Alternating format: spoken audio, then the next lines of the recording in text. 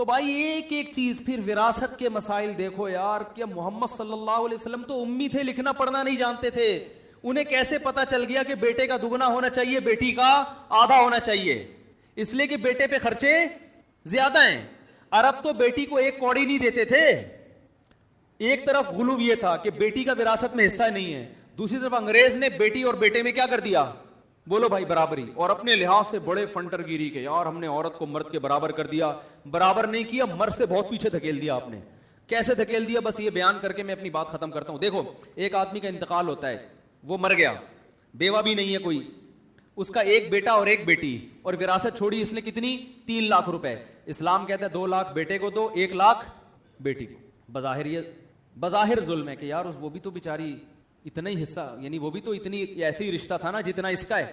لیکن اسلام اس 2 لاکھ مرد کو دے کے اس پہ خرچے 4 لاکھ کے ڈال رہا ہے, ٹھیک ہے نا, اور بیٹی کو 1 لاکھ دے کے خرچہ اس پہ 1 روپے بھی نہیں ڈال رہا. اس لیے کہ بیٹی کی جب شادی ہوگی تو شادی کے موقع پہ مہر کا خرچہ کس کے ذمہ ہوگا؟ اس لڑکی کے ذمہ ہوگا, اس کے شوہر کے ذمہ ہوگا. پھر شادی کے موقع پہ دعوت ہوتی ہے, بارات کا اسلام میں تصور نہیں ہے, وہ دعوت کو ولیمہ کہتے ہیں. وہ ولیمے کا خرچہ کس پر ہوگا؟ ارے بولو یار جلدی جلدی.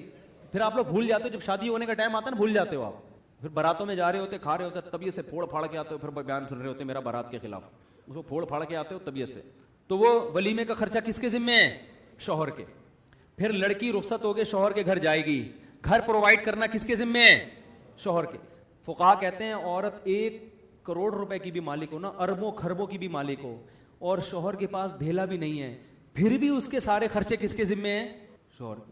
وَعَلَى الْمَوْلُودِ لَهُ رِزْقُهُنَّ وَكِسْوَتُهُنَّ بِالْمَعْرُوفِ. قرآن کے الفاظ ہیں کہ بچے کی ماں کا سارا خرچہ کس پر ہے؟ بچے کے باپ پر ہے, شوہر پر ہے, عورت کے. اور اس پر 4 ائمہ کا اتفاق ہے. یعنی اسلام میں جتنے فرقے جتنے مسلک ہیں نا, کوئی ایک بھی اس سے اختلاف نہیں کرتا, اس پہ سب متفق ہیں کہ عورت ارب پتی بھی ہوگی تو گھر پرووائڈ کرنا کس کی ذمہ داری ہے؟ شوہر کی. گھر میں جتنا سامان ہوگا ضرورات زندگی کا وہ کون کرے گا؟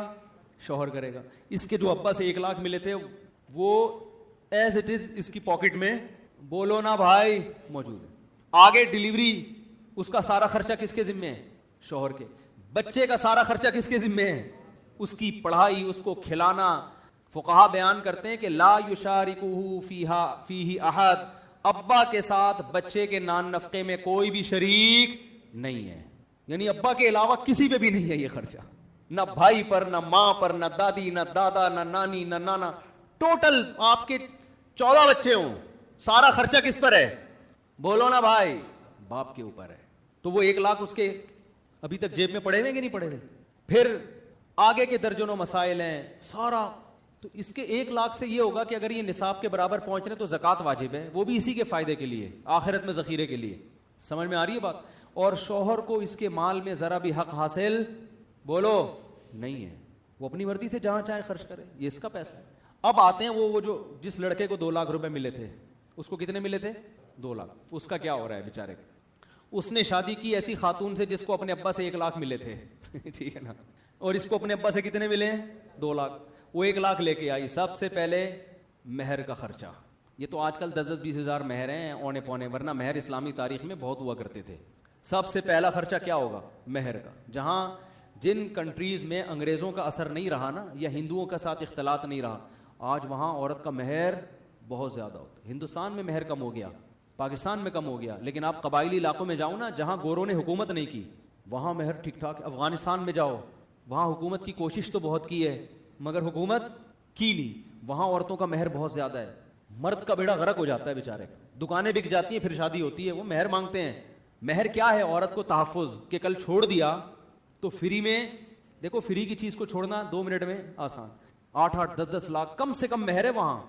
اس کا فائدہ یہ ہوتا ہے کہ آپ نے اس وقت تو جان جوکھوں میں ڈال کے اپنی پراپرٹی بیچ کے شادی کر لی, اس کے بعد یہ نہیں ہوگا کہ آپ اگلے دن اس کو چھوڑ دیں, کیونکہ طلاق کی صورت میں مہر بہرحال واجب الادا ہو جاتا ہے.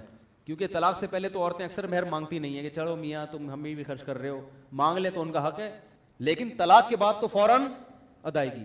تو ایک تحفظ ہے نا اسلام نے دیا ہے عورت کو کہ بھئی طلاق کا اختیار تو تمہیں ہے, لیکن طلاق کو تمہارے لیے کیا بنا دیا ہم نے؟ مشکل. کیونکہ دوبارہ شادی میں پھر 18 لاکھ, پھر 20 لاکھ, پھر تو اور مشکل ہو جائے گی.